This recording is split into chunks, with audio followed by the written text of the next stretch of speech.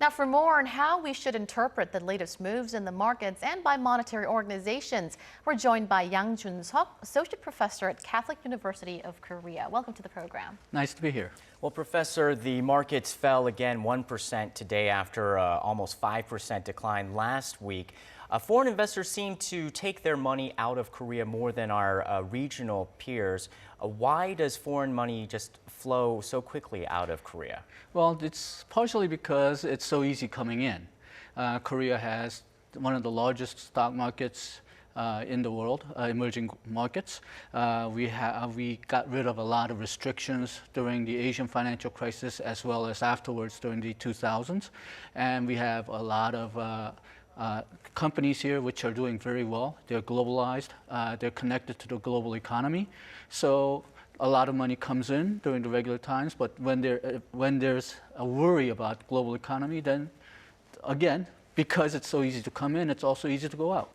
Well, one of government's ideas is to lower taxes on the long-term funds. Would that and perhaps some of the other measures work to keep foreign funds from leaving at the drop of any bad news? For foreign funds, my feeling is a bit doubtful because the current global situation is so fragile. I think whenever there's a bit of instability, the foreign investors just search out for stability. So that's why they're going back to dollar-based investments. But on the other hand, it does promote, if you look at the longer-term picture, it will encourage longer-term investment. So I think it will be helpful, but if you're looking at it as a solution for the short-term problem, I don't think it'll work very well. Well, in line with Ben Bernanke's posturing that the U.S. Fed may reduce the stimulus program, the Bank of International Settlements also boldly recommended central banks around the world to reduce the supply of easy money and focus on real economic reforms. Does that apply to Korea? Yes and no. I think every country needs to do some reforms. But Korea, I think, is in a fairly good side for that because we've done a lot of reforms. We've continuously done a lot of reforms since the 1997 Asian financial crisis.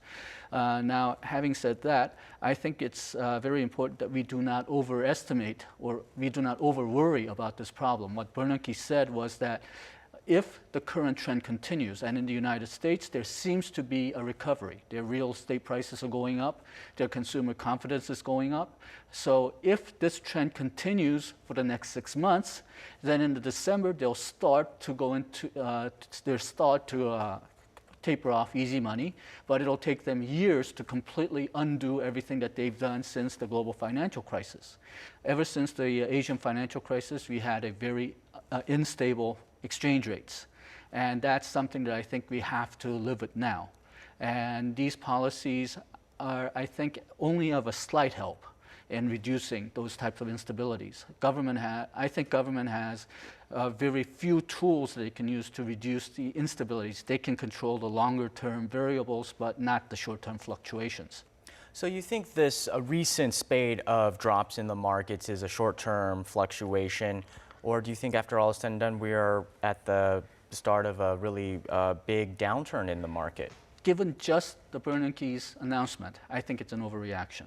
Of course, there could be other surprises. The U.S. Congress can institute a policy that's disruptive. Something can happen in Europe.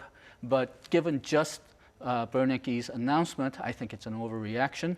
And the good thing is, I think is a big difference between Greenspan and Bernanke, is that Bernanke likes to announce possible policies in the future. He doesn't like surprises. So I think that's what happened here. We all knew that the stimulus policies cannot go on forever. And because the U.S. economy has been looking up, people have been thinking, when will the exit take place? So Bernanke has given them a time framework, a possible time framework, whether that might take place. So I think in the end, unless some other surprises come up, this actually works for the market, but this current instability is an overreaction. All right, Professor Yang, thank you so much for sharing your insights with us today. Thank you.